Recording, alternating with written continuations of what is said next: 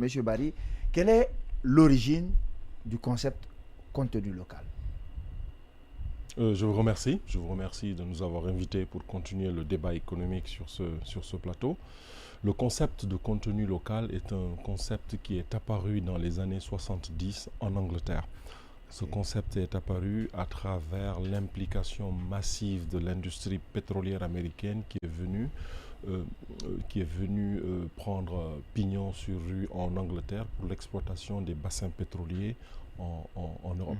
Donc ce concept a maturé à partir des années 1970 où le pays britannique, donc le Royaume-Uni, avait décidé de légiférer et de mettre en place un dispositif législatif contraignant qui pouvait faire intégrer la participation effective des entreprises d'origine anglaise dans le processus de la mise en place de la chaîne de valeur pétrolière en Europe. Alors, est-ce que vous êtes d'accord? Est-ce que vous avez une autre conception du concept contenu local? Est-ce que c'est comme ça que ça se passe? Non, sur l'étymologie, on est tout à fait d'accord que... Oui, mais moi je parle de son avènement en Afrique, notamment en Guinée. En Afrique... Comment c'est venu chez nous, par exemple? Mais il faut l'établir dans le cadre d'une filiation parce que le concept de contenu local, ça dépend de la manière dont on l'aborde. Il y a certains qui pensent que c'est de la responsabilité sociétale de l'entreprise. Quand nous définissons le concept par rapport aux localisations des firmes et la capacité des firmes à intégrer dans leur chaîne de valeur, c'est-à-dire la main-d'œuvre et les entreprises locales, ça peut être de ce niveau, de cet ordre, de ce point de vue.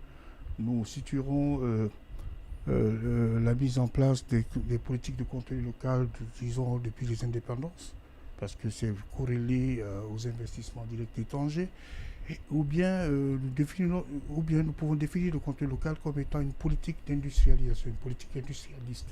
C'est-à-dire que c'est la manière dont les pays conçoivent leur insertion dans l'économie internationale à travers les firmes, à travers les investissements directs étrangers opérés par les firmes. Donc, je ne sais pas quel est le versant qui peut correspondre à ce débat parce que ça élargirait le champ de l'acception de la notion. Mais pour les préoccupations de cette émission, je pense qu'il serait bon de dire qu'à part les éléments factuels qu'il a donnés sur les origines du concept du contenu local, de dire qu'au début, la vision a été tout de suite industrialiste. Parce qu'il a fallu pour l'industrie pétrolière britannique naissante de se réapproprier les technologies développées par l'industrie américaine dans le domaine de la prospection, dans le domaine de l'exploitation du pétrole.